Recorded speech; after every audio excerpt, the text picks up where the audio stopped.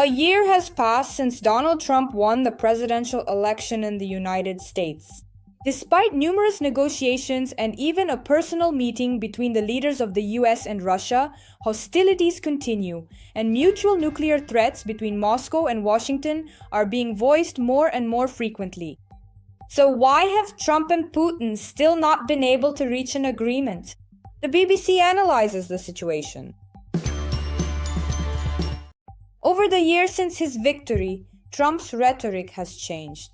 Recently, the US president has admitted that resolving the conflict has turned out to be much more difficult than he had imagined. At first, it seemed that Trump's rise to power led to a certain improvement in relations, at least on the surface, between Moscow and Washington. As noted by Andrew Peake, former director for European and Russian affairs at the US National Security Council, the very fact that a dialogue has begun is an achievement in itself. The fact that we are even talking about a peace process, about some kind of agreement or format that did not exist 12 months ago, is a sign of significant progress. The fact that the parties are exchanging positions, especially in writing, is the foundation of how diplomacy works. Trump's main approach was to depend primarily on personal contact with President Vladimir Putin. Former National Security Council advisor Eric Green notes that almost every American president has tried to build personal diplomacy with the Russian leader. But for Trump, this became the main tool. Both leaders repeatedly spoke of their warm and friendly relations, but despite all of their efforts and attempts, they ultimately failed to agree even on a temporary ceasefire. European diplomats who spoke with the BBC believe that part of the reason was Witkoff's own misjudgment and misunderstanding of the situation as he returned from Moscow, firmly convinced that Putin was ready to make concessions. This became especially evident during the summit in Alaska when, according to the Financial Times, former President Trump offered to ease sanctions in exchange for a ceasefire. However, President Putin refused, instead demanding the complete capitulation of Ukraine. The Americans were quite disappointed by what happened there, one of the diplomats explained. Another diplomat added, an agreement simply couldn't be reached at that particular time, primarily because everything was based on a fundamental misunderstanding of the true nature of the war for Russia.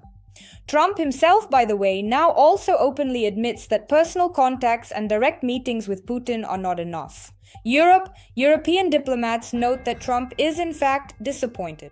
Personal relationships did not help solve the underlying problems.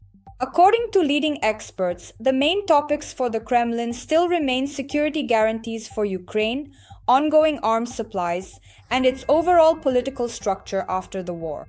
Obviously, there have been numerous ongoing misunderstandings regarding possible compromises and concessions, says Eric Green.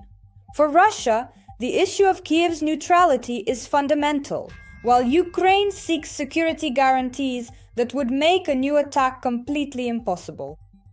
Trump, for his part, insists that the US is ready to act as one of the guarantors of Ukraine's security, continue supplying weapons, and is even considering the idea of a peacekeeping mission.